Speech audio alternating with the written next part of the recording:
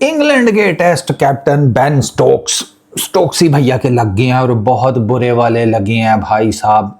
बताया ये जा रहा है, मतलब बीबीसी, क्रिक इन्फो, इस तरह के बड़े मीडिया आउटलेट्स दावा कर रहे हैं कि स्टोक्सी की टेस्ट कप्तानी भी गई, ठीक है, टीम में जगह भी गई, और तो और स्टोक्सी की क्रिकेट भी गई। भाई साहब डीजा वो हुआ है स्टोक्सी भैया के साथ।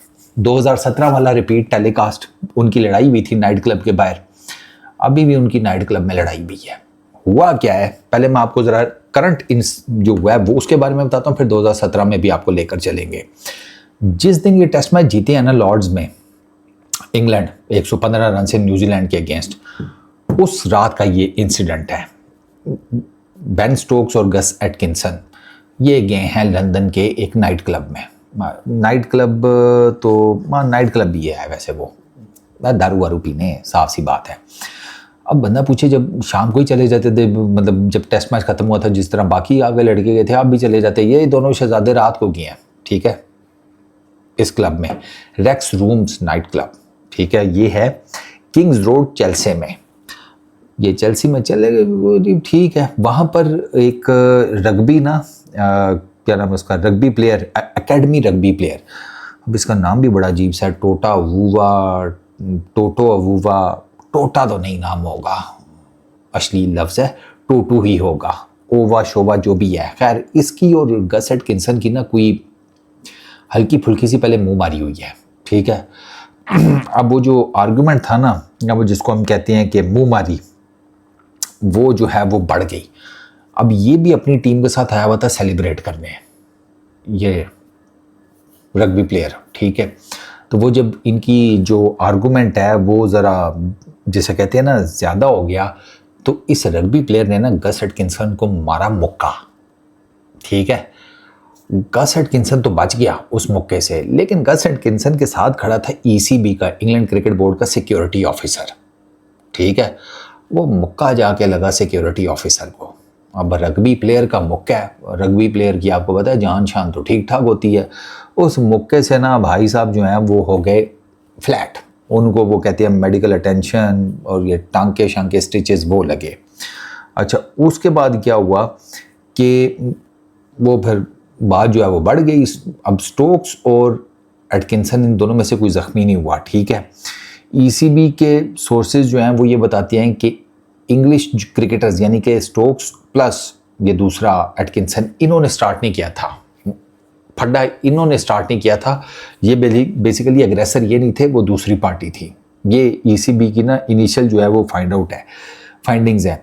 पुलिस को वेन्यू पर कॉल नहीं किया गया, ठीक है, और कोई अरेस्ट वगैरह भी नहीं हुआ, लेकिन ये खबर जो है ये हाईलाइट हो गई है। अब इस खबर में से ना स्टोक्सी के लिए प्रॉब्लम क्या निकला है, अगर तो ये खबर बाहर ना आती स्टोक्सी की बचत हो जाती।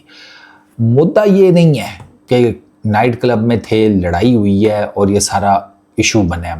मुद्दा ये है कि ये इन्होंने ईसीबी की तरफ से जो कर्फ्यू नाफिज है ना, उस प्रोटोकॉल की, उस रूल की खिलाफ वर्जी की है। यहाँ पर एक्सप्लिसिटली लिखा हुआ है कि ईसीबी ने ये जो इन्होंने लास्ट एशेज़ गए थे ना, एशेज़ खेलने ऑस्ट्रेलिया, तो वहाँ पर भी इस किस्म के इंसिडेंट हुए थे, लेट पीने पुने के एंड ऑल दैट। अच्छा, आपको मज़ेदार एक बात बताता हूँ कि ये मैच जब चल रहा था ना, क्या उसको कहते हैं, इंग्लैंड और न्यूजीलैंड का, उसमें भी कोई साइमन डूल ने ना इस किस्म की कोई बात की थी कि कोई बड़ी खबर आने वाली है। अब वो नहीं समझ में आ रहा कि साइमन डूल को उस टाइम कैसे पता लग गया कि कोई बड़ी खबर आने वाली है, जबकि मैच अभी ख़त्म नहीं हुआ था और ये लड़ाई मैच ख़त्म होने के बाद रात को हुई है। वो नहीं मुझे चक्कर समझ में आया। वो काफ़ी लोग सोच रहे हैं कि यार ये क्या गड़बड़ है, ये साइमन डूल ने क्या कहा है।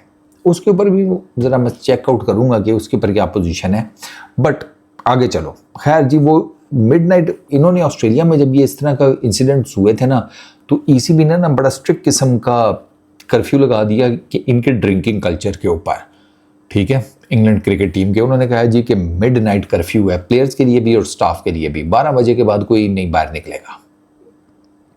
ठीक है ना, 12 बजे से पहले पहले जो करना है कर लो, 12 बजे के बाद कोई नहीं निकलेगा। अब उसमें इन्होंने किया वॉयलेशन। ये बेन स्टोक्स और जिसे कहते हैं गस एटकिंसन, ये तो मंडे मॉर्निंग तक जिसे कहते हैं early hours of Monday morning, उस टाइम तक इंगेज थे, बाहर थे ये। तो इन्होंने कर्फ्यू की खिलाफ वर्जी की है। मुद्दा ये है असल, ईसीबी को तब इस चीज़ पे चढ़ी हुई है। हालांकि इसमें रिपोर्ट में लिखा हुआ है कि जो बाकी प्लेयर्स थे वो शाम के टाइम मैच शैच के बाद निकल गए थे और टाइम से वापस आ गए थे। ये दोनों शहजादे जो हैं ये सुबह तक बैठे हुए थे नाइट क्लब में। तो उन्होंने फिर जिसे कहते हैं कानून तोड़ा है और बैकलैश ठीक ठाक किस्म का आ रहा है। ब्रेंडन मैकलम जो कि इनका हेड कोच है वो भी खुश नहीं है, क्योंकि ब्रेंडन मैकलम ने कहते हैं कि कुछ दिन पहले पूरी टीम को ये बताया था कि बात सुनो भाई, रात के 12 बजे के बाद ना कोई अच्छी खबर नहीं आती। एग्जैक्ट वर्ड्स हैं, nothing good ever happens after midnight. 12 बजे के बाद कुछ अच्छा नहीं होता, कांड ही होता है रात के 12 बजे के बाद। ये ब्रेंडन मैकलम ने कुछ दिनों पहले पूरी टीम को कहा था। अब ब्रेंडन मैकलम को क्या पता था उसका अपना कप्तान ही कांड कर देगा कुछ दिन बाद। तो अब सर खबर ये है कि एक तो ओवल टेस्ट में ना बेन स्टोक्स होगा और ना ही होगा Gus Atkinson. England cricket board इनके अगेंस्ट कर रहा है इंक्वायरी। ठीक है, England and Wales cricket board, उनकी इंक्वायरी चल रही है। उन्होंने कोई मेरा ख्याल है इंडिपेंडेंट कोई एंटिटी है, उसको क्या है, क्रिकेट रेगुलेटर, उसको भी एक उन्होंने इनलाइन किया हुआ है। तो ये इन्वेस्टिगेट कर रहे हैं। इस वजह से ओवल में न्यूजीलैंड के अगेंस्ट ये दोनों टेस्ट मैच नहीं खेलेंगे। हैरी ब्रूक जो है वो इंग्लैंड की करेगा नुमाइंदगी, इंग्लैंड की कैप्टनसी। कम्स इसके आफ्टरमैथ, तो उसमें ये बताया जा रहा है कि जी बेन स्टोक्स और ईसीबी जो है उसके बीच में ठीक ठाक फ्रिक्शन है इस मामले को लेकर। यानी कि ठीक ठाक आप कह लें गर्मी सर्दी हो चुकी है ऑलरेडी।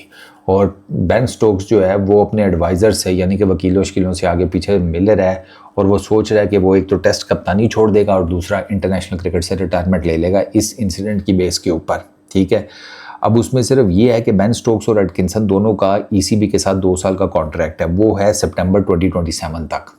ठीक है, अब उसमें ये है कि लीगल एक्सपर्ट्स ये कहते हैं कि ईसीबी जो आप इन्होंने दोनों ने ईसीबी का जो प्रोटोकॉल है उसको ब्रीच किया है। ठीक है, ईसीबी ने लॉज रूल्स एंड रेगुलेशंस बनाए हुए हैं। दोनों क्रिकेटर्स ने उन रूल्स को, उन लॉज को, उन प्रोटोकॉल्स को जिसे कहते हैं तोड़ा है। तो ईसीबी हैज़ एवरी राइट को इनके अर्ली दोनों के जो कॉन्ट्रैक्ट्स है वो टर्मिनेट कर दे। ईसीबी के पास फुल राइट है और ईसीबी को कोई पे ऑफ शे ऑफ नहीं करना पड़ेगा, क्योंकि गलती इन दोनों की है, प्रोटोकॉल इन दोनों ने तोड़ा है। तो अब सीसीटीवी फुटेजेस, आई विटनेसेस, उनकी टेस्टमनीज ली जा रही हैं ताकि एग्जैक्ट पता चले कि क्या हुआ है। और उसके बाद इंग्लैंड क्रिकेट बोर्ड अपनी जो ऑफिशियल रिपोर्ट है वो इसके ऊपर सबमिट करेगा।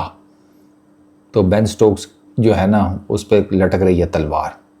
बेन स्टोक्स को 2017 में भी बेन स्टोक्स का इसी किस्म का इंसिडेंट हुआ था। उस टाइम ये और एलेक्स हेल्स थे, ये वेस्ट इंडीज़ के अगेंस्ट एक ओडीआई जीते थे। ये लेट नाइट, उस टाइम ये हुआ था ब्रिस्टल में, शायद ब्रिस्टल के किसी नाइट क्लब में ये पहले गए हैं, फिर वापस आए हैं रात को लेट नाइट। वो री एंट्री इनको नहीं होने दी, तो वहाँ जो बाउंसर था कहते हैं बेन स्टोक्स ने उसके साथ ठीक ठाक किस्म की मुँह मारी की। बाद में उधर ही आगे बेन स्टोक्स जो है वो लड़ पड़ा 2 बंदों के साथ। अब वहाँ पर बेन स्टोक्स ने कहा कि ये एक जिसे कहते हैं गे कपल था, उनको आवाज़ें कस रहे थे, तो मैं बीच में पड़ा, तो इन्होंने मुझे बोतल दिखाई, मेरे पे अटैक करने की कोशिश की, मैंने अपना सेल्फ डिफेंस में इनकी कुटा लगा दी। ठीक है, और उसमें इन्हें ठीक ठाक कुटा था। बेन स्टोक्स ने उन दोनों को ठीक ठाक कुटा था, उन दोनों लड़कों को। तो उसमें फिर क्या हुआ, उसमें भी इन्वेस्टिगेशन हुई, उसमें भी ज्यूरी बैठी। उस टाइम तो खैर बेन स्टोक्स अरेस्ट हो गया था, उस टाइम पुलिस भी आई थी, बेन स्टोक्स अरेस्ट भी हुआ था, इन्वेस्टिगेशन हुई थी, पूरी ट्रायल चला था। तो उसमें फिर बेन स्टोक्स ने दलाइल दिए थे अपने, बेन स्टोक्स के वकील ने, ये वो सारा कुछ। तो ज्यूरी ने फिर बेन स्टोक्स को नॉन गिल्टी डिक्लेयर किया था। तो बेन स्टोक्स को वहाँ पर कोई सज़ा नहीं हुई थी। ज्यूरी ने और अदालत ने यही फैसला किया था कि बेन स्टोक्स का कसूर नहीं है, ये जो कह रहा है वो सच कह रहा है। तो लेकिन फिर भी ईसीबी ने पकड़ के बेन स्टोक्स के ऊपर बैन लगा दिया था, मेरा ख्याल है 8 मैचेस का 30,000 पाउंड्स का जुर्माना भी किया था। 2017-18 की एशेज़ नहीं खेली थी बेन स्टोक्स ने इसी के चलते हुए, इस इशू के। अब देखो बेन स्टोक्स भैया का क्या बनता है, काम गर्म है बेन स्टोक्स के लिए।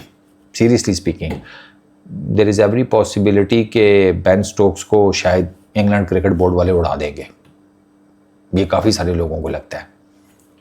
देखते हैं। Peace out.